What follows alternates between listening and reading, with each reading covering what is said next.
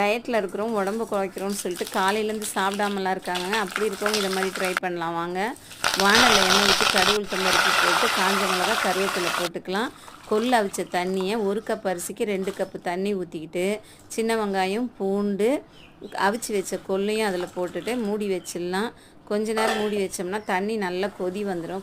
கொதித்த பிறகு நம்ம பிரியாணிக்குன்னு எடுத்து வச்சுருக்கோம்ல அந்த அரிசி, சாப்பாட்டு அரிசியாக இருந்தாலும் சரி, பிரியாணி அரிசியாக இருந்தாலும் சரி, நீங்கள் எந்த அரிசி விருப்பப்படுறீங்களோ அந்த அரிசியை போட்டுக்கிட்டு தக்காளியும் பச்சையாகவே போட்டுட்டு நம்ம தேவையான அளவுக்கு உப்பு போட்டுட்டு கொதிக்கட்டும், மூடி வச்சிடலாம்.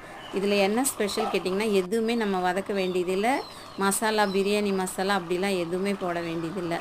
வெறும் எல்லாமே பச்சையாகவே போட்டுட்டு கொத்தமல்லி நல்லா கொஞ்சம் அரிசி வெந்து வந்த பிறகு கொத்தமல்லியும் போட்டுட்டு ஒரு டைம் மூடி வச்சுருவோம். அந்த தண்ணியெல்லாம் அப்படியே இழுத்துக்கிட்டு இருக்கோம் சாதம்.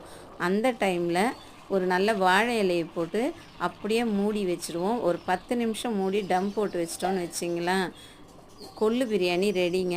கொள்ளு பிரியாணி தான் சொல்கிறோம், அவ்வளோ சூப்பராக இருக்குங்க. பாருங்கள், பிரியாணி ரெடி ஆயிடுச்சு. இலெல்லாம் பாருங்கள் அப்படியே வதங்கி வந்துடுச்சு. இப்போ இந்த சாதத்தை நம்ம கிளறலாம். பாருங்களேன், சூப்பராக இருக்குது. கொள்ளு பிரியாணின்னா நம்பவே முடியல, அந்த அளவுக்கு நல்லாவே அப்படியே பொல பொலன்னு சாதமும் வந்திருக்கு, கொள்ளும் நிறையாவே இருக்குங்க. இதை சாப்பிட்டா உடம்புல சதையே வராது, பெட்டை கொழுப்பெல்லாம் கரைஞ்சிடும். உடம்புல நம்ம முட்டி வலி, கால் வலி அதெல்லாம் இருக்காது, நல்லாவே இருக்கும். பிரியாணி ரெடி ஆயிடுச்சுங்க.